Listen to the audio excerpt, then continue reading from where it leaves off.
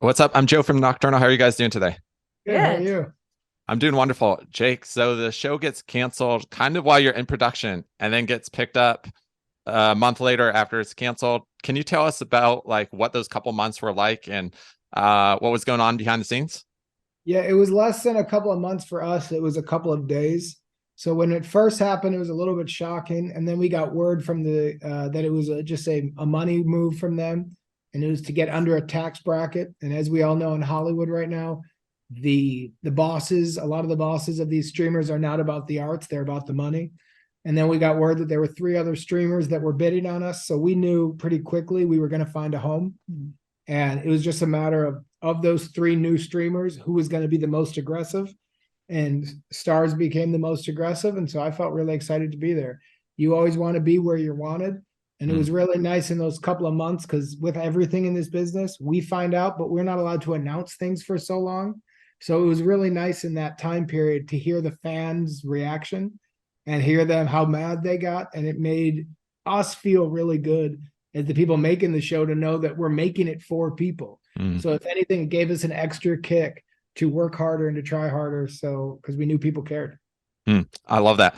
Ophelia, tell me about how about where your character comes in season two. So it's funny, the first like beginning of season one, she's pitching this idea to all these guys, and then beginning of season two, she's in front of all these guys in suits, and they kind of want what the product that she has. Um, tell me about where she is entering the season. Well, she's got the power now. So it's the same people that she's pitching to that she was pitching to in season one. They're now all trying to kind of pitch to her and get her to sign with them as the publisher. So she's aware that the tables have turned and she's gained ground. But there's hesitancy there because she just knows that there's something about them. They're not quite the right fit. They're still using language that is quite problematic, and she's just, there's something holding her back. And then when Doug comes with the idea of Constance publishing it, she's makes the move there. But she's definitely she's got more agency this time. She's gained more ground. She's got more status when you meet her in Hmm. season two. Um, Jake, your character is always pushing forward. Tell us about, and he's always like super driven. Tell us about where he is at the beginning of season two. You kind of nailed it. He's a shark. Sharks only swim forward. So he's pushing forward, but right now, Joyce and Constance have put the great white shark in a cage. He's stuck. Great white shark. And there's his food is on the other side of that cage. So he's got to push through these two ladies to get back to being in charge because season two, he doesn't have any power. He's now pitching two different bosses, but as we all know, the great white shark in the ocean is the apex predator. Oh my god. Well, thank you so much, both of you. And best of luck. What's up, guys? Hi. I'm Good to see back. you again. Good to see you. Tell me about when you talk to fans of the show and you're hearing from fans about this show and character. What are some of the things that resonate with the fans and they tell you they like? You know what I love about this show in particular, speaking with fans, is that they are so educated about the history of this country and the things, the feminism movement. And so when they talk to me, they talk about these really specific things that the show highlights and that come out in the show. And the show is extremely smartly written, of course. So it does tackle a lot of issues in a really clever way. But what I love is that the fans catch all of it.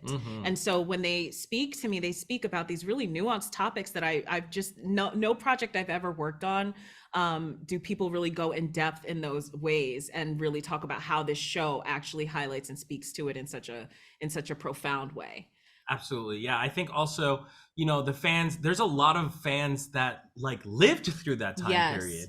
It is a time period. It's a period piece, but it's a period piece that's contemporary, that feels like there are people that lived through the 70s. Were like, I have a lot of fans that are were gay during the 70s, and they were like, this is a truly authentic take on what it felt like, on what it was like in terms of job opportunities for, you know, gay men of color at the time. And like, that feels so incredible to just, the fact that we're able to hit a nerve and resonate with people is magical. And that's what art can do to people. You know, if you resonate with a piece of art, it's like, it's so much more important. Totally. I've had several people come to me and say like, Tina reminds me of my Aunt Janice, or, you know, like women that they've never seen on screen. And that is amazing. That's so cool. Tell me about your characters getting into the new season. Tell me about how they've evolved from season 1 to where they are at the beginning of season 2. Well, Tina certainly is in a different position than I think she'd ever been in that she'd been accepted to all of these business schools. And so even though she always questioned how much she was getting for what she was putting out in the well, it's probably not a good term to use, but she always questioned what she was getting for the work that she was doing. And I think that she always wanted to fight for what she deserved, but I think that the push that came through getting in these business schools gave her the opportunity to really actually speak up and step into that role and sort of put her foot down, create ultimatums, whatever she needed to do to actually be able to become the woman that she knew she could be. Yes. And for Richie, I think it's the trajectory is of him realizing his artistic self and artistic worth. In reflection to the community at large, and then him being like, okay, well, what do I owe this company? Am I being seen as a valued member in this company? And sometimes there's conflict there. So it's him putting out into the real world and seeing what the feedback is versus the feedback that he's receiving on Minx at bottom dollar. So that to me is interesting. Awesome. So, well, thank you both so much. Thank you. Thank you. What's up? How are you doing today, Elizabeth? Good. How are you? I'm doing wonderful. Tell us about working with this cast. What made it fun going into work every day for Minx? Well, if you've seen season 1, you know that this is a really tight ensemble. Like this cast just has it down, and it's all about having a good time. And you know, the era that we're dealing with, LA in the 70s, there's music, there's, you know, the pornography and the rise of feminism. I mean, there's so much conflict, and yet there's so much love among these characters. You know, there's so much respect. So I was like, oh, I'm coming in. I hope this is going to be okay. And it was just like a bowl of warm soup. You know, everybody was so inviting and so kind and so interested in this new dynamic that came in. And I had a ball. It was really fun, you know, and I was so grateful that Stars picked up the show and that we've got this great audience. And because I think it's a special, one of a kind show. Tell us about your character, and, you know, when you're preparing for your character, what are some things that maybe your character taught you through the journey? How not to be sort of a backstabbing, cutthroat bitch.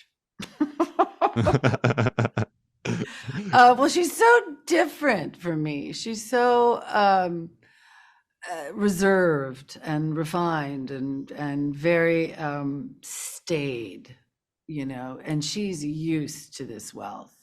And she, you know, has been in this circle for 25 years. I mean, she was the first woman to have a seat at the New York Stock Exchange. So she was like, boom, boom, you know, she crawled her way to the top, and nothing is going to bring this woman down.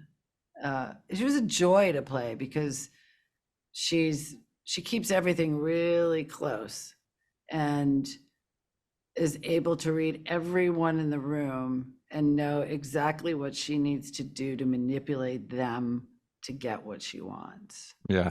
And that's fun. Yeah. I wouldn't say she's evil, but she's not pure of heart.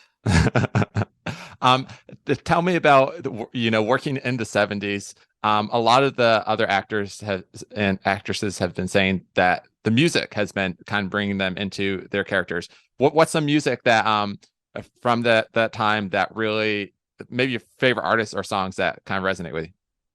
Well, Joni Mitchell, I mean, I just came back from seeing Joni Mitchell play at the Gorge in Washington in her first live performance in 20 years. Wow. And it was a crowd of 30,000 people who were just sobbing because she defined that generation and well, my generation. And for me, that's always been my touchstone.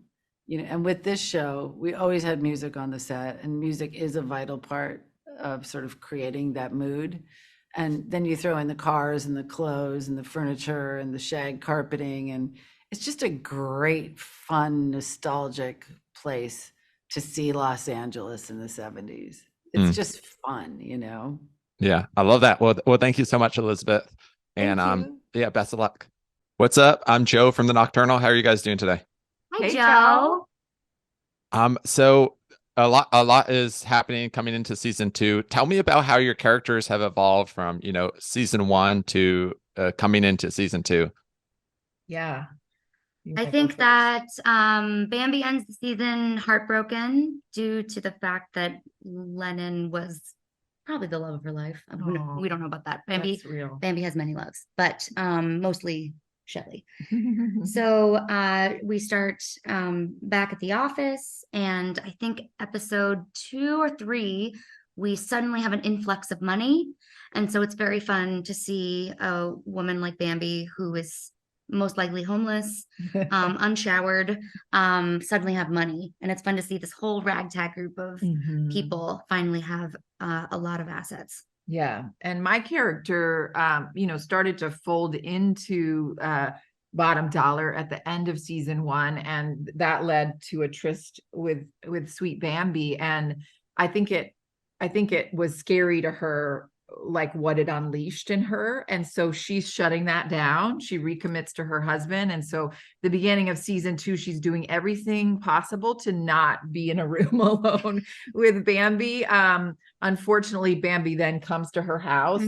So yeah, Ellen has described it like Bambi is Shelley's sexual napalm. That's right. Like her kryptonite, essentially. So it's tough. It's tough. This is a show that probably wouldn't have got made in the 70s, about the 70s, right?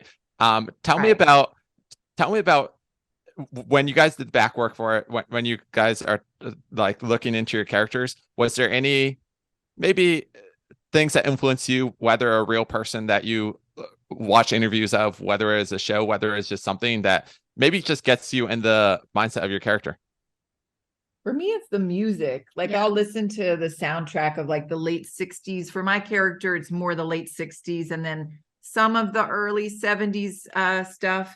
And we listen to it too in the trailers. And we've got also Playgirl magazines kind of laying around. Yeah. Well, they're available if you want. Yes. Them. Yeah.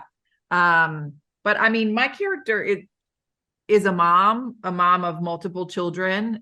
She's a caregiver, a homemaker, and that is true of me as well. So that's not too far from who I am.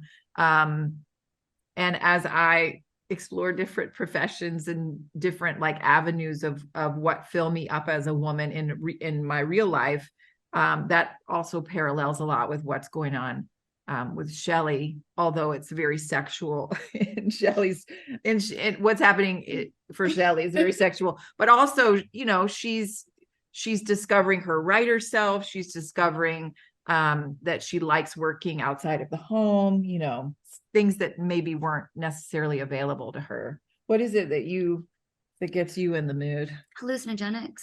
Probably. She's always so wasted. I'm always she so comes to set. No, I would say the clothes, and I wear this really incredible wig, and I really get into, like, I listen to Your pasties, right? like 70s rock on the way to set, or sometimes disco, even though that was later in the 70s, which I only now know. And to get in the vibe, and then once I'm in the hair and makeup, it's just and our production designer, and our costume, they knock it out of the park. So it's beautiful. It feels so real to what I think the time looked like, and what the contemporary shows looked like at that time. So thank you both so much.